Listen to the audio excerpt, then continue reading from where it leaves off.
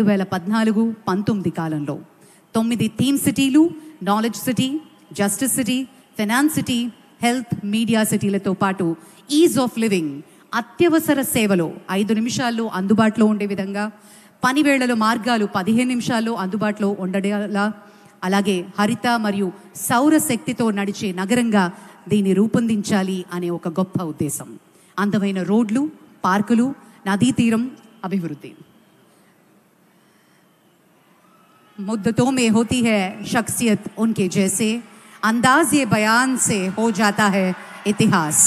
हमें गर्व है कि हम वो पीढ़ी है जिसने इतिहास बनते देखा है. इतिहास भारत का, इतिहास विकास का, इतिहास एक ऐसा महान नेता का जो न सिर्फ भारत के हर घर में रहते हैं और हमारे दिल में रहते हैं. మిత్రులారా, ఒక్కసారి చెప్పండి ఆ జెండాలతోటే వందే మాతరం, వందే మాతరం, వందే మాతరం. ఇప్పుడు మన అమరావతి రైతులు జై హో అమరావతి, జై హో అమరావతి, జై హో అమరావతి. అద్భుతం, పరమాద్భుతం. మన ప్రధానమంత్రి వర్యులు శ్రీ మోదీ గారు ఇచ్చేశారు. మోదీ గారు అంటేనే దేశగారి యొక్క ఒక గౌరవాన్ని కాపాడేటువంటి ఒక ధీరుడు, ఒక దృఢమైన శక్తి, ఒక సమైక్య భారతానికి ప్రతీక, యావత్ ప్రపంచంలోనే అగ్రమగామి దేశంగా మన దేశాన్ని తీర్చిదిద్దేటువంటి మూర్తి నరేంద్ర మోదీ గారికి స్వాగతం పలుకుతూ ఇప్పుడు ప్రత్యేకంగా వారికి సన్మాన కార్యక్రమం. It gives us great pleasure to welcome the Honorable Prime Minister, and I now request our Chief Minister Sri Nara Chandrababu Naidu garu to felicitate the Honorable Prime Minister. This is our very own Dharmavaram Angavastram, specially being felicitated by our Honorable Chief Minister, and intricately designed Amaravati themed Prime Minister portrait memento. ప్రత్యేకించి కళంకారి రీతిలో దీన్ని రూపొందించి ప్రధాని గారి పోర్ట్రేట్ని memento రూపంలో అందిస్తున్నారు ముఖ్యమంత్రి వర్యులు. Huge round of applause. ముఖ్య అతిథి వారికి ఘనంగా సత్కరించుకుంటున్నాం. గట్టిగా కరతాళ ధ్వనులు ఉండాలి, మరింత గట్టిగా. జై హో, జై హో ఆంధ్రప్రదేశ్. ధన్యవాదాలు, ధన్యవాదాలు. ఇంత మహోత్కృష్టమైనటువంటి చారిత్రకమైన మహోజ్వల ఘట్టానికి ఆలోచన చేసింది మన ప్రియతమ నేత శ్రీ నారా చంద్రబాబు నాయుడు గారు.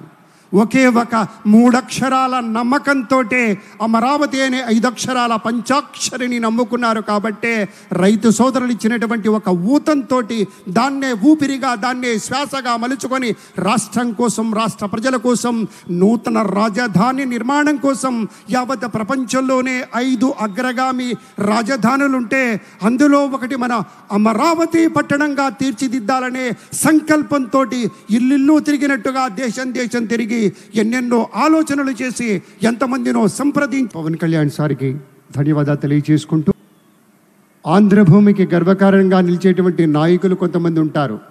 ఆ కోవలోని వారే శ్రీ పవన్ సార్ వీళ్ళంతా. అలాగే మరొకరు కేంద్ర భారీ పరిశ్రమలు, ఉక్కు శాఖల సహాయ మంత్రి వర్యులు శ్రీ భూపతిరాజు శ్రీనివాస వర్మ గారు మన మధ్య ఉన్నారు. ఆయన గెలుపు వెనుక ఉన్నటువంటి ప్రజా విశ్వాసాన్ని చూసినప్పుడు యథార్థ సేవకు ప్రతిరూపం కదా అనిపిస్తుంది. అటువంటి విద్వద్వరేణ్యులు శ్రీ భూపతిరాజు శ్రీనివాస వర్మ గారిని మాట్లాడవలసిందిగా స్వాగతిస్తున్నాం.